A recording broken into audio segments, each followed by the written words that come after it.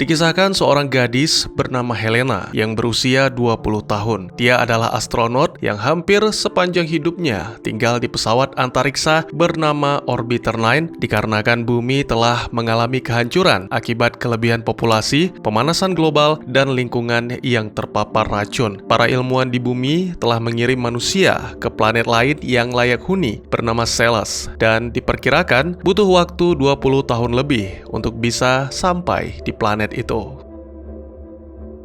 Awalnya Helena yang masih bayi dibawa dan dibesarkan oleh orang tuanya di dalam kapal antariksa. Namun, 3 tahun yang lalu terjadi kerusakan pada sistem yang mana menyebabkan persediaan oksigen habis lebih cepat. Oleh karena itu, orang tua Helena mengambil sebuah keputusan yang sangat berat, melakukan hal yang tak terduga agar putri mereka mendapat cukup oksigen sehingga mencapai stasiun terdekat. Dengan ini, akhirnya Helena menghabiskan waktu 3 tahun terakhirnya dalam sepi di kapal antariksa. Gadis itu menjalani rutinitasnya seperti biasa, menyiram sayuran, berolahraga, memeriksa kesehatan tubuh, serta menonton video rekaman terakhir untuk mengenang orang tuanya yang telah berkorban.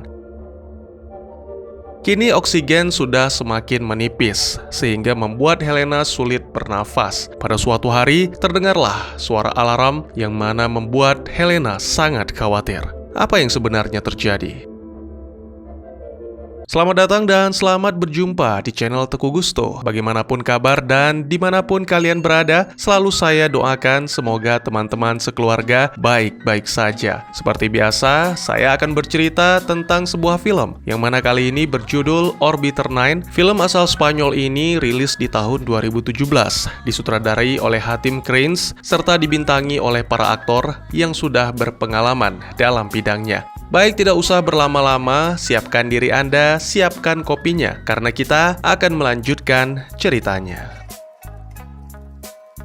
Ya, ini adalah pertama kalinya Helena mengalami peristiwa tersebut. Dia segera menuju ke ruang kendali untuk memeriksa, dan di sana diketahui bahwa ada sebuah kapsul atau pod yang mulai menambatkan diri ke kapalnya. Setelah mendengar keterangan dari AI yang bernama Rebecca, Helena bergegas ke pintu Palka. Tak lama berselang, seorang teknisi bernama Alex datang. Helena merasa terkejut sekaligus senang karena akhirnya bisa berinteraksi dengan manusia lain setelah 3 tahun hidup di dalam sepi. Setelah memperkenalkan diri, Alex segera memeriksa sistem oksigen. Berbeda dengan Helena yang tak henti-hentinya menatap Alex, mungkin karena ini pertama kalinya bagi gadis itu bertemu dengan pemuda seusianya.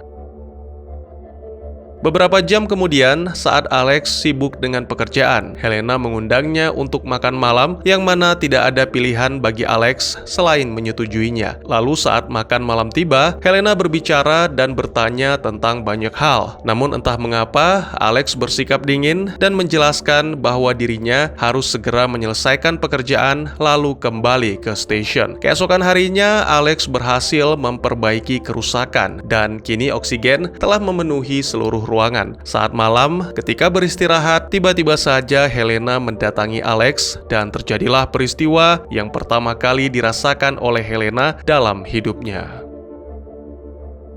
Pada pagi hari, Alex bangun secara diam-diam, menyiapkan barang-barang, lalu pergi. Pria itu bahkan tidak mengucapkan selamat tinggal, hanya maaf yang keluar dari mulut Alex menjelang tertutupnya pintu Palka. Setelah meninggalkan kapal antariksa, Alex memasuki lorong yang aneh, lalu berjalan ke atas. Sangat mengejutkan, dari luar, kapal itu terlihat seperti bunker yang ditempatkan di tengah hutan. Pada momen inilah diketahui bahwa Orbiter 9 bukanlah kapal antariksa, tapi hanya bunker penuh sandiwara yang dipentaskan di dunia. Selanjutnya, Alex mengendarai truk melewati hutan yang sepertinya adalah fasilitas rahasia. Terlihat jelas ada lebih banyak bunker seperti Helena di tempat ini dan diketahui bahwa proyek tersebut dikenal sebagai Orbiter. Tak lama kemudian, Alex sampai di pintu keluar yang dijaga ketat oleh para tentara. Saat petang, dia pergi ke kantor pusat untuk menemui penanggung jawab, yaitu Hugo. Alex ditunjukkan beberapa statistik yang mana mengungkapkan bahwa sebenarnya ada 10 bunker orbiter. Hugo menjelaskan bahwa sejauh ini orbiter telah menunjukkan suatu kemajuan dan jika semua berjalan sesuai dengan rencana, maka peluncuran yang sebenarnya ke Celes dapat benar-benar terjadi dalam 20 tahun ke depan. Terlepas dari kabar baik itu, Alex merasa bersalah terhadap 10 subjek yang diisolasi di dalam orbiter. Namun Hugo menegaskan, mengorbankan 10 orang demi kebaikan miliaran umat manusia bukanlah suatu kesalahan. Saat malam, dalam perjalanan pulang, Alex mendengarkan siaran radio yang mengenang tentang musibah kapal antariksa saat menuju ke Celes 5 tahun yang lalu. Kala itu, kapal mengalami kerusakan tepat setelah keluar dari atmosfer bumi, sehingga terjadilah kecelakaan yang menewaskan seluruh penumpang di dalamnya yang berjumlah 207 orang. Dan ternyata, orang yang merancang kapal antariksa tersebut tidak lain dan tidak bukan, adalah Alex sendiri. Sejak peristiwa itu, Alex selalu dihantui rasa bersalah dan diselimuti kesedihan, tidak hanya karena para korban, tapi juga karena manusia telah mengalami kemunduran besar dalam upaya menemukan cara ke Celes. Esok hari, Alex menemui terapisnya, Sylvia, yang mana pada setiap sesi menggunakan layar canggih serta suara yang disamarkan. Dengan layar ini, pasien tidak melihat langsung terapisnya, yang mana bisa mengurangi rasa malu atau risih untuk menceritakan sesuatu yang bersifat pribadi. Alex tidak bisa lagi menyembunyikan rasa depresinya. Dia mengungkapkan secara spesifik tentang pekerjaannya kepada Sylvia, serta menjelaskan rasa bersalah terhadap 10 subjek tes orbiter. Hari demi hari berlalu, Alex pun menjadi semakin paranoid. Secara berkala, dia memperhatikan Helena melalui kamera pengawas, memastikan bahwa dirinya masih waras. Lalu pada suatu hari, Alex pun pergi berkendara dengan truknya. Beberapa jam kemudian, di Orbiter 9, Helena yang sedang menjalani pemeriksaan kesehatan tiba-tiba dibuat terkejut dengan alarm yang berbunyi. Karena sebenarnya, menurut keterangan sistem, kapalnya masih jauh dari stasiun terdekat. Segera pintu palka terbuka dan Alex muncul dengan pakaian biasa. Pria itu segera memberitahu Helena bahwa mereka tidak berada di kapal antariksa dan secepatnya mereka harus melarikan diri. Tentu saja, pernyataan tersebut membuat Helena terguncang sampai-sampai diam membisu. Lalu, untuk membuktikan, Alex menunjukkan beberapa kamera tersembunyi dan microchip yang ditanam di pergelangan tangan Helena yang berfungsi untuk membaca kondisi tubuhnya. Selain itu, Alex juga mengatakan bahwa dia melakukan hal ini demi keselamatan Helena. Sebenarnya, Helena masih juga tidak percaya, tapi karena memiliki perasaan terhadap Alex, gadis itu pun akhirnya menyetujui untuk pergi meninggalkan Orbiter 9. Sebelum pergi, Alex telah lebih dulu meretas sistem kamera serta mengupload rekaman lama Helena sehingga tidak ada yang mengetahui pelarian mereka. Lalu keduanya keluar dari orbiter. Saat Helena melangkah, sejenak dia merasa bingung dan kesulitan berjalan karena merasakan sinar matahari dan udara alami untuk pertama kalinya. Alex pun menyembunyikan gadis itu di dalam truk dan karena beberapa petugas telah mengenal Alex, maka tidak sulit baginya untuk melewati pemeriksaan di pintu keluar. Beberapa waktu kemudian, ditampilkan Alex dan Helena berada di sebuah bukit membicarakan semua hal tentang orbiter. Program itu dirancang agar membuat manusia terbiasa melakukan perjalanan luar angkasa, sehingga peluncuran Celes yang direncanakan 20 tahun lagi akan berjalan dengan lancar. Alex juga menjelaskan bahwa sebenarnya orang tua Helena masih hidup, tetapi tidak boleh ditemui karena mereka adalah bagian dari proyek tersebut yang dilindungi oleh personil militer. Tak lama kemudian, keduanya tiba di kediaman Alex, dan Helena terkejut melihat beberapa peralatan dan benda di sana yang belum pernah dilihat sebelumnya. Helena juga sempat merasakan nikmatnya rintik hujan yang membasahi tubuhnya, dan tidak dapat dipungkiri, semua itu benar-benar menyenangkan. Keesokan harinya, Alex mengunjungi Sylvia, menceritakan tentang apa yang telah dia lakukan. Karena merasa khawatir, Sylvia segera menemui Alex secara langsung, menawarkan bantuan jika suatu saat terjadi masalah. Malam harinya, Alex mengajak Helena keluar untuk berkeliling menikmati suasana di kota. Alex membelikan berbagai macam makanan untuk Helena, dan ya, lagi-lagi semua itu adalah pengalaman pertama bagi Helena. Selanjutnya, mereka pergi ke akuarium untuk memperlihatkan kepada Helena beragam makhluk laut. Alex menjelaskan bahwa air laut telah dipenuhi racun sehingga tidak bisa dihuni oleh makhluk hidup. Selain itu, Alex juga membawa Helena ke ruang kerja, di mana dia mengawasi seluruh orbiter dan mencatat setiap kemajuan subjek. Jelas, ini bukanlah sesuatu yang baik dan tentu saja Helena tidak bisa menerimanya. Namun Alex segera menjelaskan bahwa semua yang dia lakukan adalah demi kemajuan umat manusia. Dengan semua data-data dan penilaian yang diperoleh dari orbiter, mereka dapat mengetahui seberapa kuat manusia melakukan perjalanan ke Celes, planet yang diharapkan bisa menggantikan bumi.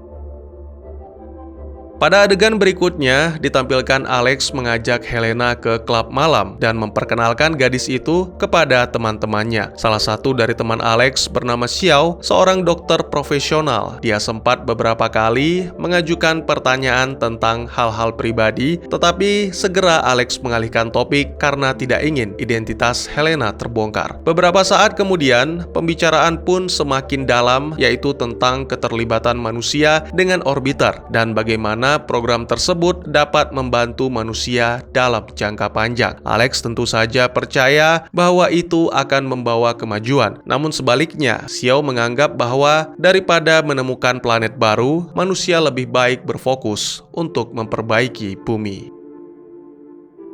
Pada suatu hari, Alex menemukan beberapa ruam pada punggung Helena, dan segera Alex membawa gadis itu untuk diperiksa oleh Xiao. Menurut Xiao, Helena memiliki kulit yang sangat sensitif, seolah-olah tidak pernah terkena sinar matahari. Oleh karena itu, dia menyerahkan Helena kepada suster untuk diperiksa secara menyeluruh. Dan pada momen ini, karena terus didesak, Alex pun akhirnya mengakui semua hal tentang Helena. Malam harinya, ketika Alex pergi, Helena memasuki ruangan Alex dan memeriksa beberapa file. Gadis itu menemukan sesuatu yang mengejutkan, bahwa ternyata dirinya bukanlah keturunan manusia, melainkan hanya klon. Helena pun membalikkan beberapa halaman dan menemukan alamat orang tua yang mengasuhnya. Semua fakta yang ditemukan menghancurkan rasa percaya Helena terhadap Alex. Gadis itu pun segera mengumpulkan barang-barang lalu pergi ke alamat tersebut.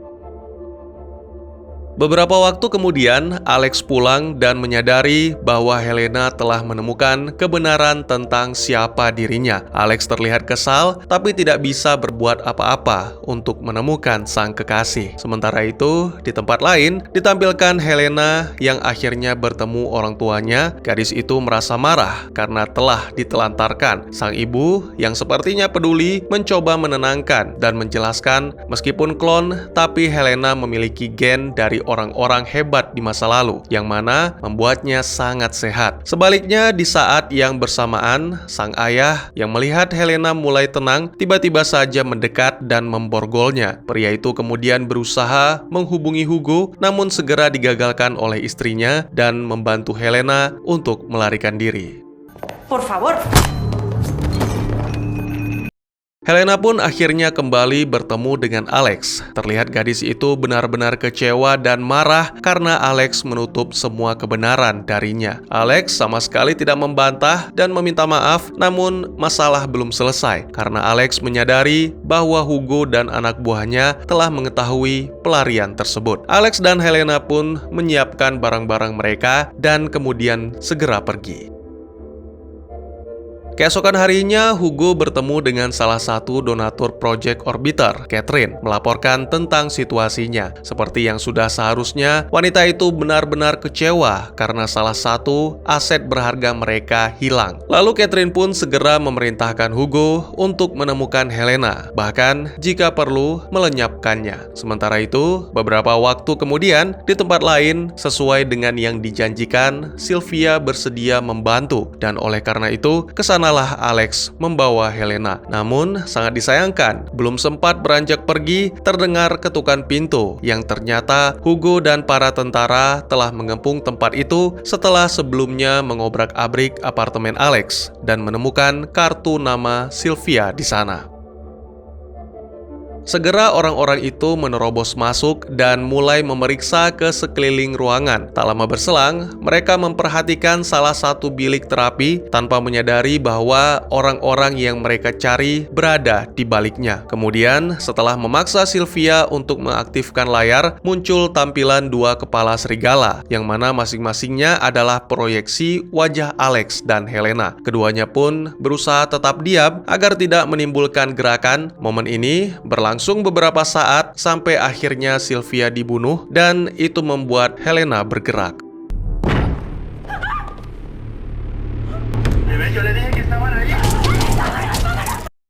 Ketika menemui jalan buntu, keduanya pun dipaksa melompat dan Alex memulai duluan sebagai contoh. Namun Helena menolak untuk melompat, dia lebih memilih menyerahkan diri agar Alex tidak lagi menjadi buronan.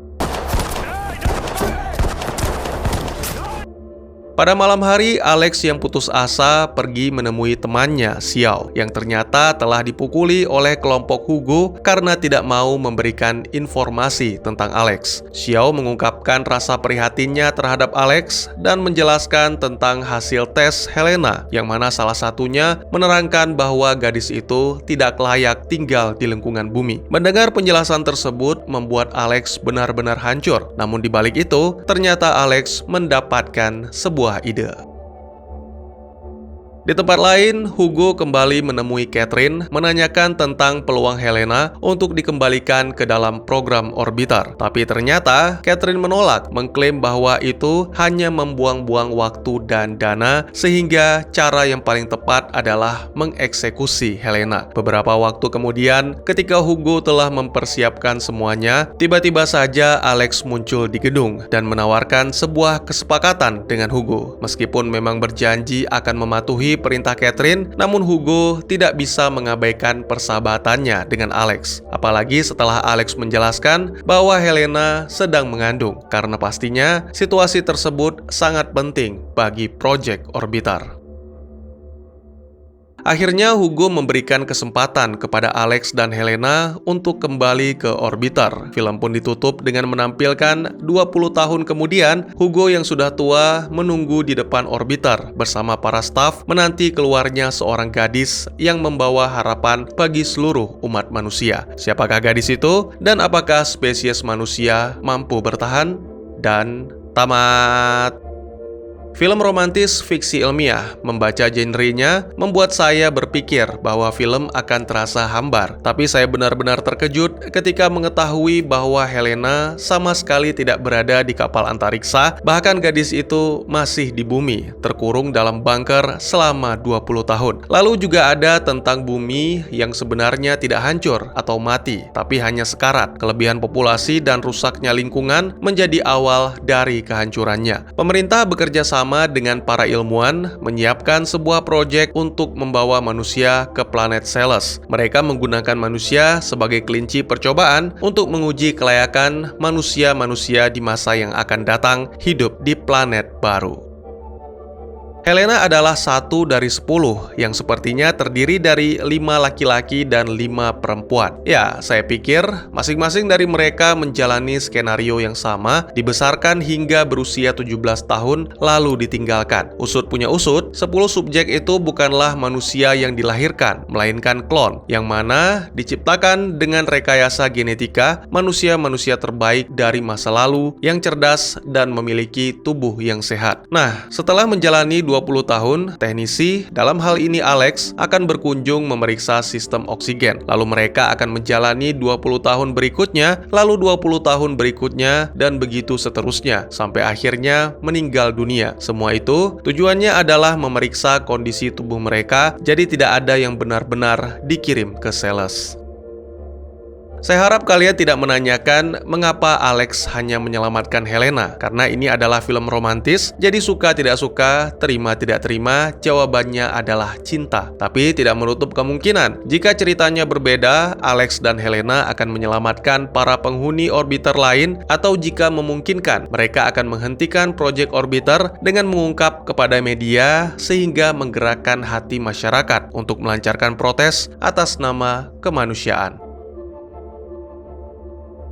Buat yang masih bingung, meskipun sudah menonton filmnya secara utuh, jadi setelah menjelaskan bahwa Helena hamil, pasangan jagoan kita diizinkan untuk tinggal di Orbiter 9 karena kondisi hamil menjadi nilai tambah dalam penelitian dan pengamatan. Helena mengajukan satu permintaan terakhir kepada Hugo yang mana tidak dijelaskan di dalam film, tapi saya pikir Helena meminta kepada Hugo agar menjaga anaknya baik-baik dan diikut sertakan dalam uji coba perjalanan ke Celes. Loh, kok tega banget bang, anak sendiri dijadiin kelinci percobaan? Sebenarnya tidak begitu. Mungkin teman-teman lupa poin penting di sini yang tidak terlalu disorot, yaitu bumi dalam kondisi sekarat. Seluruh manusia yang masih bertahan itu sebenarnya sedang mengalami stres, apalagi setelah kecelakaan kapal antariksa yang dirancang oleh Alex. Di akhir film, 20 tahun telah berlalu dan bumi semakin dekat dengan kematiannya, serta kondisi masyarakat yang menjadi semakin tidak stabil. Jadi saya pikir mengikut sertakan anak Alex dan Helena pada uji coba pertama adalah suatu keputusan yang tepat. Ini tersirat dari tatapan si gadis muda ke belakang sebagai ucapan selamat tinggal terakhir kepada orang tuanya. Lalu dia menatap cahaya di atas yang kemungkinan besar adalah kapal antariksa yang siap berangkat. Ya, saya pikir selama Alex dan Helena berada di dalam bunker, ternyata proyek orbiter berjalan sesuai dengan yang diharapkan sampai akhirnya Hugo berhasil meluncurkan kapal antariksa untuk perjalanan ke planet Celes.